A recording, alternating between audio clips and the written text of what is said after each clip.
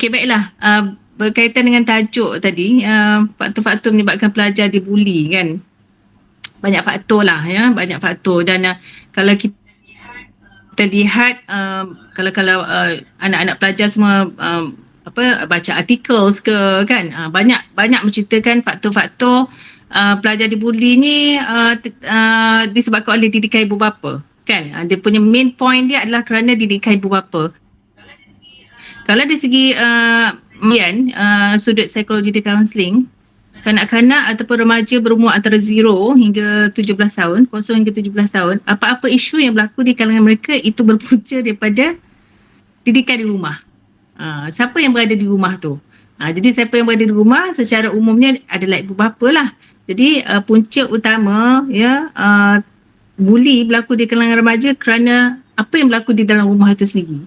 Bagaimana gaya pendidikan ibu bapanya, bagaimana cara mereka berkomunikasi, bagaimana cara dia mendidik, bagaimana cara bertingkah laku, itu akan jadi satu pengetahuan kan. Anak-anak akan observe, memerhati, lepas tu dia akan absorb, masukkan dalam minda dia, and then diproses di situ, lepas tu dia jadi core belief. Core belief tu maksudnya jadi kepercayaan utama pada dia. Jadi dan dia akan absorb dalam jiwa dia, lepas tu dia akan lahir melalui apa? Tingkah laku. Tu dia akan bertingkah laku di luar rumah dengan kawan-kawan dia macam mana, apa yang dituntunkan di dalam rumah. Jadi contohnya kalau bapa dia mengarahkan sesuatu kan dengan intonasi yang tinggi kan, dengan katakan suruh ambil barang, kau pergi ambil barang tu cepat, dalam kiraan 3 mesti sampai di sini, macam ala-ala tentera kan Yusof. Kalau bapa tu menggunakan orang kata cara diktator, garang, keras sangat, agresif, kalau lambat dia menggunakan bahasa tangan dan kaki bukan bahasa di mulut kan, bahasa tangan dan kaki kalau marah boleh je marah kan, jangan buat macam tu, tapi dia marah dia dengan menggunakan tangan dan kaki, sama dia dipukul ataupun dia guna kaki terajang. Jadi itu adalah knowledge ataupun pengetahuan yang ditanam dalam minda kanak-kanak itu, dan dia akan aplikasikan tingkah laku itu bila bersama dengan rakan-rakan. Jadi kalau disebut kajian kan, kalau you pernah baca lah kajian dari segi ada satu soal selidik yang dijalankan di Malaysia pada tahun 2017 dia kata 1 daripada 6 orang pelajar di negara Malaysia ni adalah mangsa buli. Bayangkan kat sini ada berapa orang? 6 orang tu salah seorang ada masa buli. Sini ada 22 orang gini kan malam ni. Jadi berapa orang masa buli ni? Itu kajian 2017. Apatah lagi kalau kita kajian yang terkini, kalau kita tengok dengan isu kesihatan mental yang banyak kan. Selepas PKP dan COVID-19 tu lagi mungkin didapati potensi orang agresif tu semakin tinggi. Jadi dikatakan juga Yusof, kalau you all ni nanti kalau mengajar sekolah rendah ke sekolah menengah? Sekolah menengah, Doktor. Kalau ikut kajian ni kata, kanak-kanak mangsa buli ni kebanyakannya pelajar lelaki. Pelajar lelaki, lepas tu tingkatan 1. Jadi dikatakan sebanyak, kalau di kalangan mangsa-mangsa buli tu 28% adalah daripada pelajar tingkatan 1. Why tingkatan 1?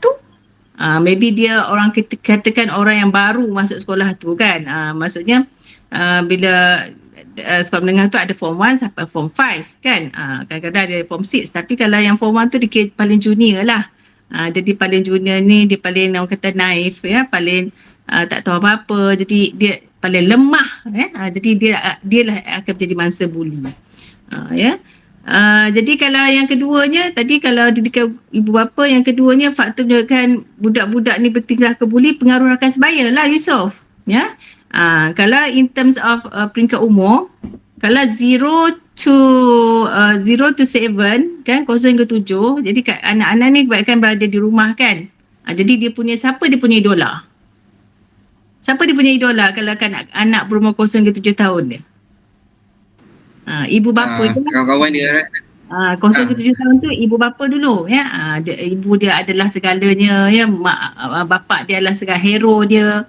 Ya, apa yang bapa dia pakai dia nak pakai. Apa mak dia pakai dia nak pakai sebab ibu bapa adalah dia punya idola. Dia punya raja dan permaisuri yang dia akan ikut. Tapi bila dah peringkat remaja, sekolah menengah, ya, especially sekolah menengah lah ya. Sebab you all akan mengajar sekolah menengah, 13 to 17. Jadi rakan sebaya tu jadi dia punya idola. Itu kadang-kadang bila mak bercakap tu kadang dia tak masuk sangat dah. Sebab dia punya, dia kata bonding time tu dengan rakan tu lebih seronok ya, lebih diinginkan. Dia nak dapat perhatian daripada rakan sebaya, dia nak dapat kepercayaan daripada rakan sebaya, dia dapat perhatian daripada rakan sebaya, dia nak join ya group peer group tu. Peer group tu menjadi keutamaan dia bila berumur 14 hingga 17 tahun, 18 tahun tu lah. Jadi pengaruh rakan sebaya tu main peranan. Jadi kadang-kadang bila dalam satu grup tu dia sebenarnya okey budak ni. Tapi bila dia nak masuk grup tu, they have to bertingkah laku agresif. Macam kawan dia kata, kalau kamu nak masuk geng kita, kamu kena pergi tendang budak tu. Kamu dapat berjaya tendang budak tu sampai jatuh, sampai dia menangis, baru kamu boleh join grup kita orang lah. Contohnya lah kan. Jadi budak tu dia pengaruh dengan rakan sebaya dia, peer group dia, sebab dia nak dapat nak join grup tu. So by hook by crook dia kena bertingkah laku sebagai seorang pembuli baru dapat join yang grup yang disukai ramai lah. Okay, Yusof ada join grup macam tu. Yusof pelajar baik kan. Alright. Okay. Yang ketiga dikatakan faktor-faktor pelajar ni membuli kerana ni lah kan trending sekarang kan, pengaruh media masa kan, contoh TV kan, internet, komik, novel, sekarang TikTok lah ada kan, Facebook you all dah tak layan dah kan. Facebook you all dah tak layan, Twitter sekarang yang famous TikTok. So kalau katakan dalam TikTok tu, alright, dia punya influencer tu kan, influencer tu boleh influence anak-anak remaja ni dengan bertingkah laku macam ni. Kamu boleh jadi seorang yang dikenali, kamu boleh jadi seorang yang berpengaruh, kamu boleh menjadi seorang yang banyak kuasa dan kamu akan jadi seorang dihormati dengan cara membuli ya. Jadi budak-budak ni tengok itu satu apa orang kata, satu kaedah yang menarik kan. Jadi saya pun nak popular dengan mudah dengan cara bertingkah laku yang begitu. Jadi pengaruh media masa tu pun main peranan yang besar pada anak-anak ni untuk dia bertingkah laku buli. Ya. Dan satu lagi sikap masyarakat lah. Ya, sikap masyarakat. Kalau budak tu duduk di komuniti macam mana budaya ataupun cara hidup ataupun mentaliti masyarakat setempat tu pun boleh mempengaruhi kanak-kanak tu untuk budi ataupun remaja untuk membudi ya. Kalau semua orang dah bertingkah laku macam tu, kalau nak minta barang main tendang orang je kan. Nak barang orang main tarik je. Jadi kalau semua dah environment dia dah macam tu, main tarik, main ketuk kan, main lanyak. Jadi dia yang tak bertingkah laku macam tu sedikit sebanyak terpengaruh juga. Ya, apalah daya upaya yang dia ada ya. Kalau semua orang dah tingkah laku dia begitu, dia nak memenuhi keinginan dia terpaksa orang kata bertingkah laku sedemikian. Baru masyarakat menerima dia. Baru komuniti tu menerima dia. Jadi secara ringkasnya bolehlah saya katakan faktor-faktor menyebabkan pelajar buli ni ada 4 lah Tadi pertama ya, tentang pendidikan ibu bapa, kedua pengaruh rakan sebaya, ketiga pengaruh media masa, dan keempat oleh kerana sikap ataupun masyarakat sesuatu komuniti tempat tinggal remaja tersebut.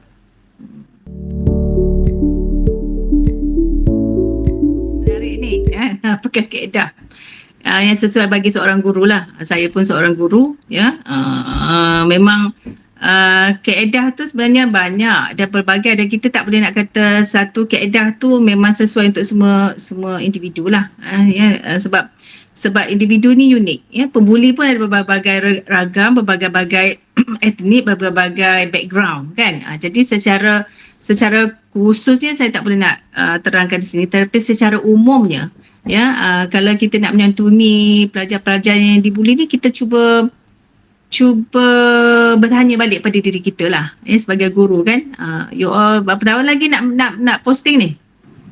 Dah tak lama lepas ni latihan mengajar dah tu.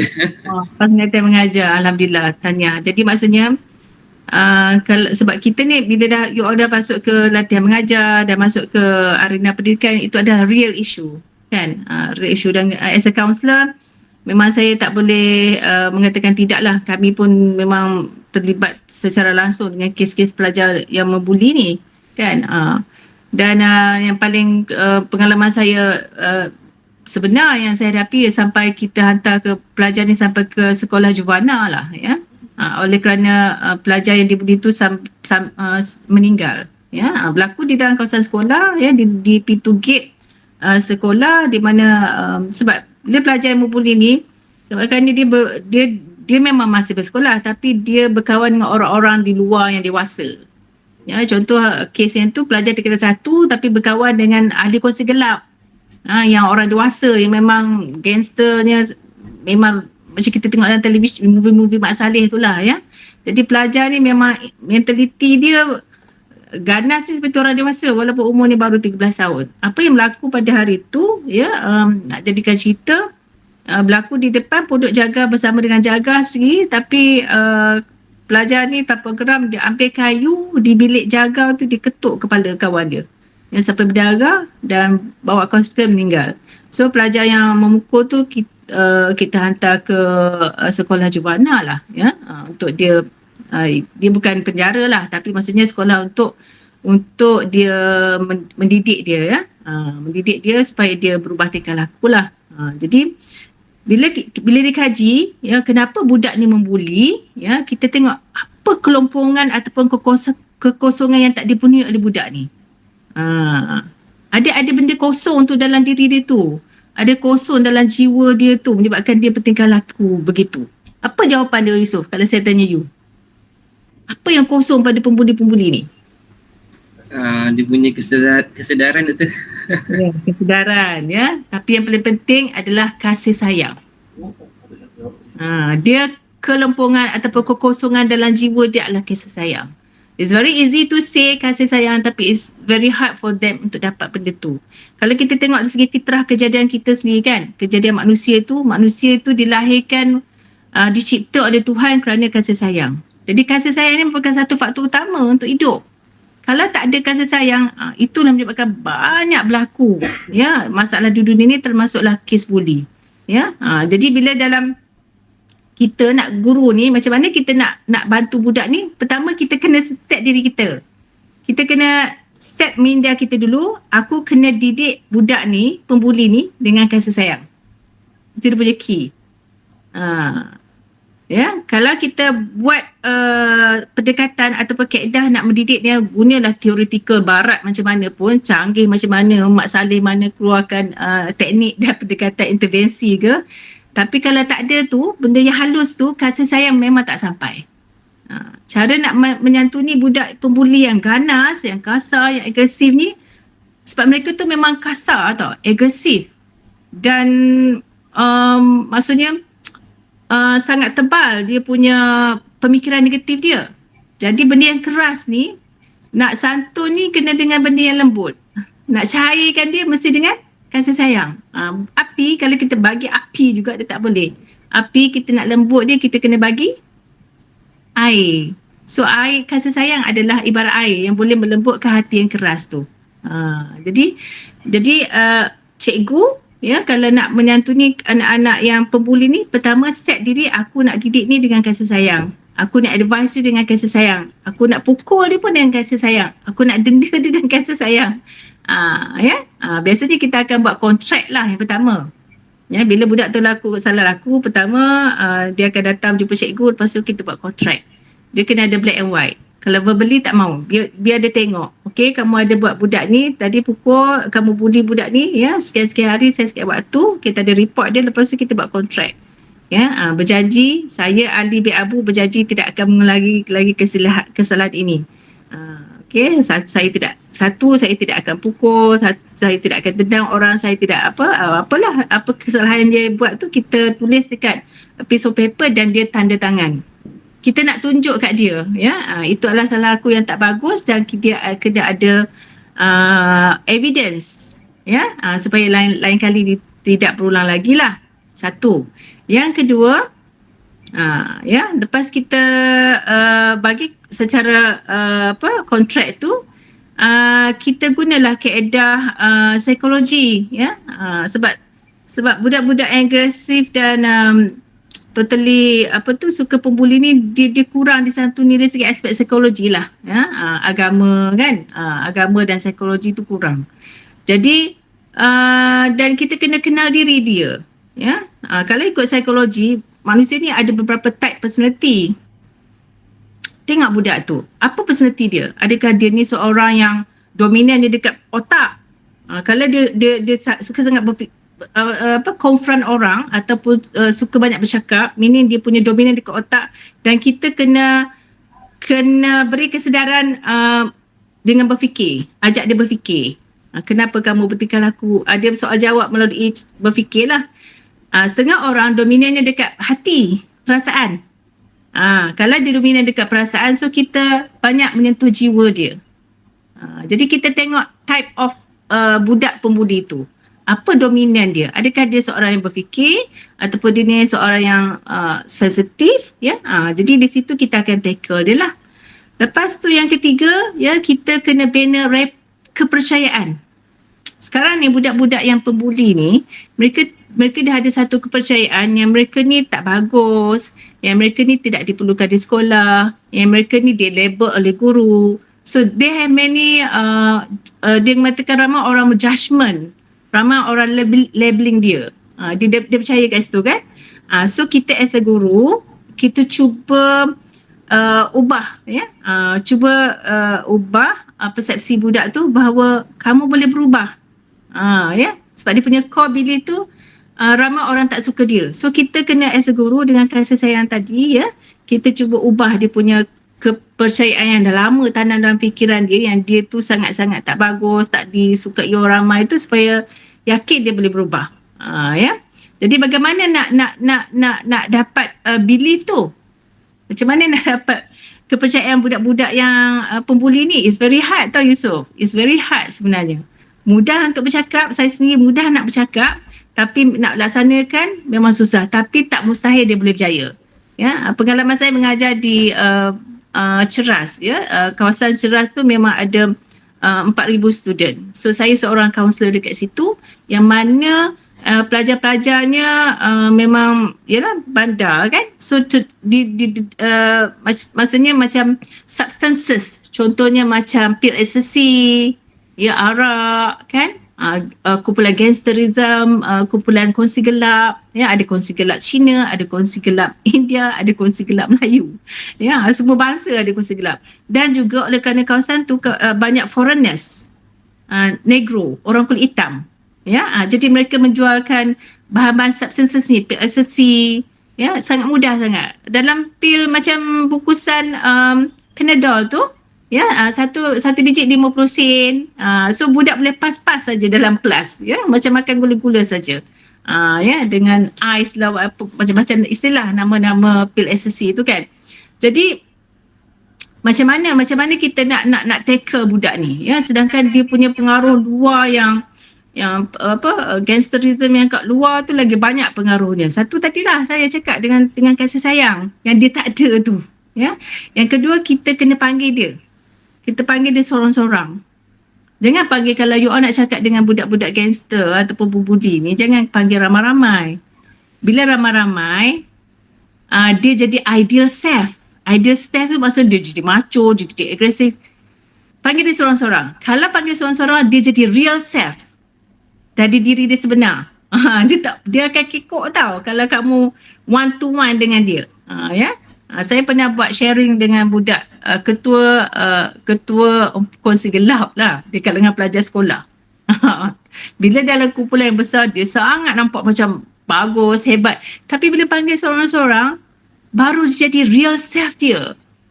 Baru nampak dia rasa macam dia takut-takut, baru ada rasa malu-malu. Jadi maksudnya kalau cikgu nak menyantuni budak ni, pertama kena cakap dengan dia seorang-seorang. Baru dia jadi diri sebenar, real self dia. Lepas tu bila kita cakap tu ya, kita memang kena pandang mata dia kan betul-betul ya, macam kita nak penuh kasih sayang tadi, untuk kita bina kepercayaan bahawa kita ni memang nak bantu dia dengan seikhlas hati ya, memang nak bantu dia supaya berubah, ya. Jadi satu lagi, kadang-kadang budak-budak agresif ni walaupun dia banyak tumbuk-tumbuk kaki tangan, tapi tak ada orang yang touch dia dengan kasih sayang. Saya pernah pegang budak, ya, budak ganas lah, lelaki ya, form 1.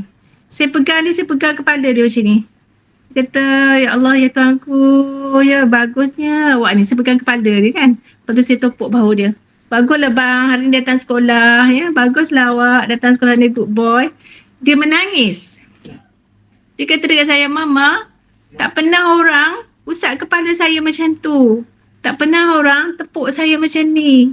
Yang biasa orang tumbuk, tendang macam tu. Jadi dia tersentuh. Dia kata selama ni Mama lah orang cikgu yang pertama ya usap kepala saya.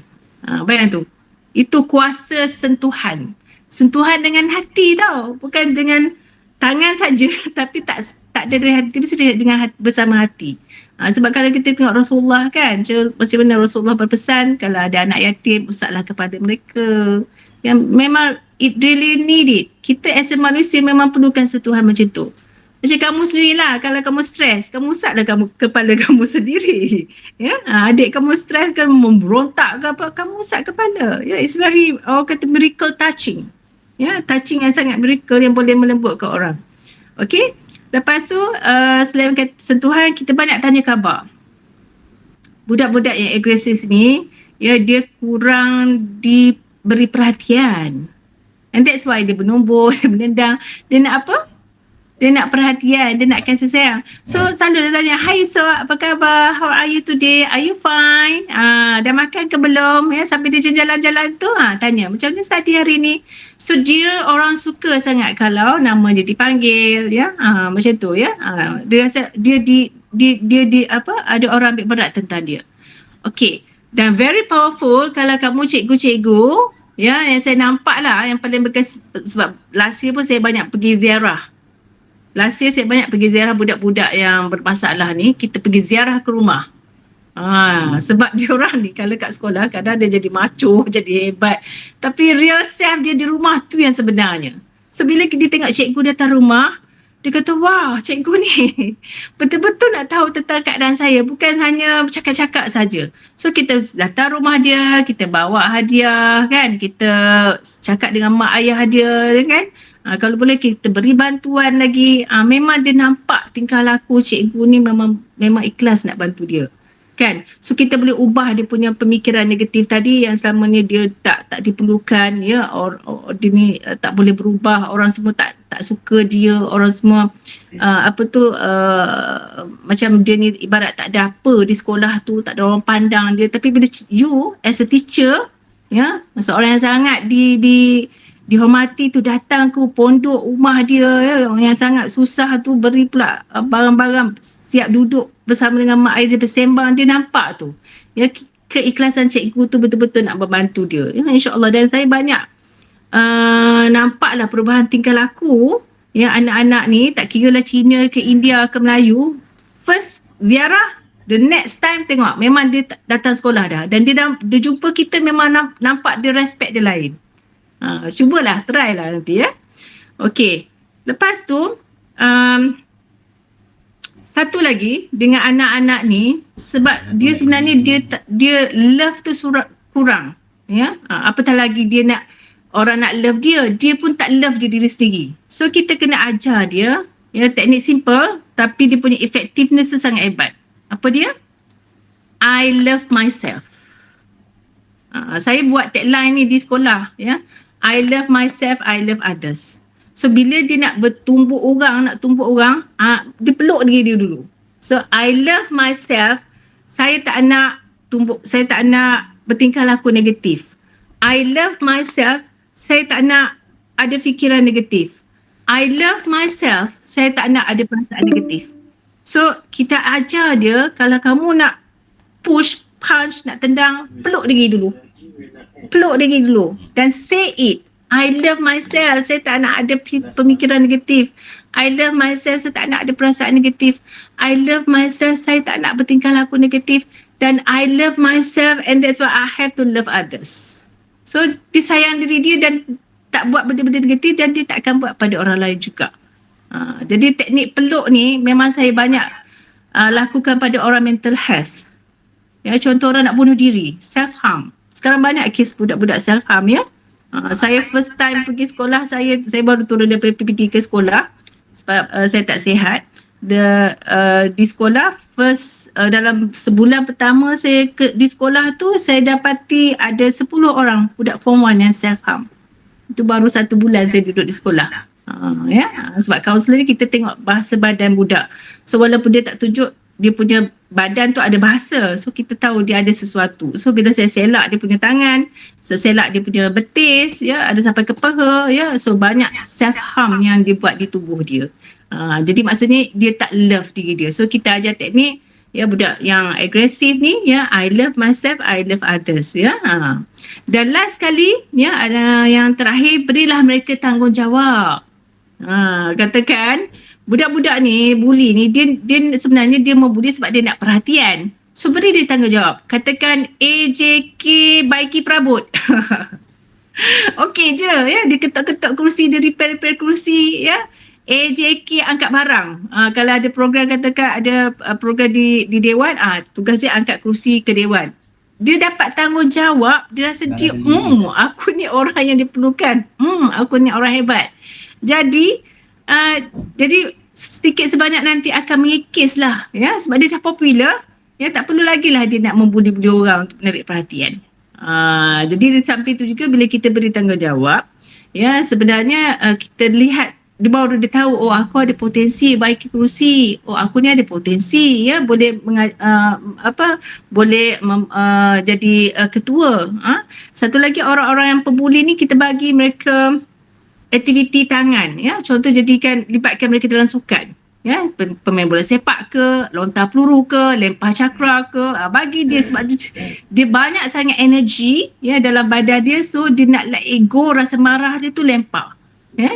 Jadi macam ramai juga atlet-atlet ya yang berjaya pecah rekod, yang jadi olahragawati, bila kita semak sebenarnya mereka ada banyak isu di rumah. Jadi cara mereka nak melepaskan rasa marah, rasa geram dengan teknik yang betul adalah dengan melibatkan diri dengan sukan. Baling cakra, pecah rekod. Ya. Dia marah bapak dia, baling peluru, pecah rekod. Jadi cara dia melepaskan rasa marah tu adalah dengan tindakan yang betul lah. Kalau dia melibatkan diri dengan sukan. Okey, so kaedah yang tadi saya cakap ya, bagi cikgu yang nak membantu pelajar ni sebenarnya ada 7 ya, ada 7 ya. Selepas kita tahu ya, tapi dia punya key adalah dengan berkasih sayang ya. Tanamkan diri cikgu tu dulu, niatkan dulu ya, aku nak mendidik anak ni dengan penuh kasih sayang. So bila kita dah set nak ubah budak ni dengan kasih sayang, insya-Allah Allah akan ilhamkan cikgu-cikgu ni bagaimana ya cara nak membimbing anak-anak ni ya. Dan tadi macam tadi ya, teknik dia 1, cakap sorang-sorang ya, bina kepercayaan, beri sentuhan, tanya khabar, ziarah ke rumah, ajar tagline I love myself, I love others, dan yang ke-7 beri tanggungjawab di sekolah.